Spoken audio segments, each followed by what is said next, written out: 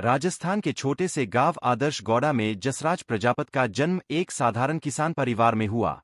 उनके पिता खेती बाड़ी करके परिवार का पालन पोषण करते थे। घर की आर्थिक स्थिति सामान्य थी, लेकिन संस्कार बहुत मजबूत थे।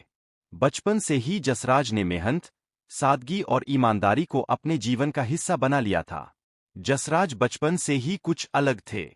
जब दूसरे बच्चे खेल कूद में लगे रहते, तब जसराज दीवारों पर रंगों से कुछ न कुछ बनाने की कोशिश करते रहते।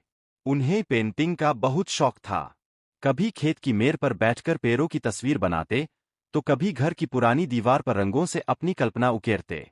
उनके बनाए चित्र देखकर गांव के लोग हैरान रह जाते थे। खेती के काम में हाथ बंटाने के बाद भी जसराज अपने शौक के लिए समय निकाल लेते थे। रंग और ब्रश उनके सबसे अच्छे दोस्त बन गए थे। धीरे धीरे उन्होंने पेंटिंग के साथ साथ पेंटर का काम भी सीखना शुरू किया।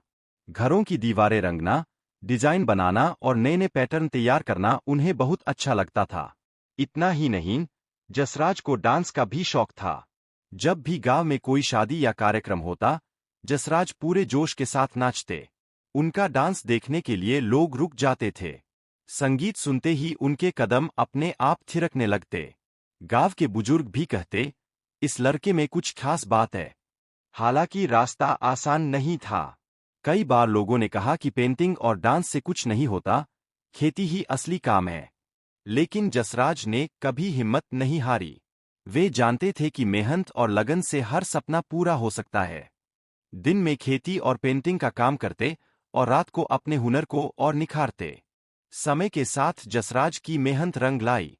उनके पेंटिंग के काम की चर्चा आसपास के गांवों तक फैलने लगी।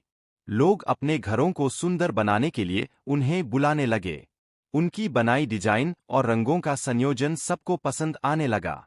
इससे उनकी आमदनी भी बढ़ने लगी और परिवार की स्थिति पहले से बेहतर हो गई। जसराज ने कभी अपने गांव को नहीं भुलाया। वे आज भी कहते हैं कि उनकी पहचान आदर्श गौड़ा से है। उन्होंने गांव के युवाओं को भी अपने शौक को पहचानने और मेहनत करने की प्रेरणा दी।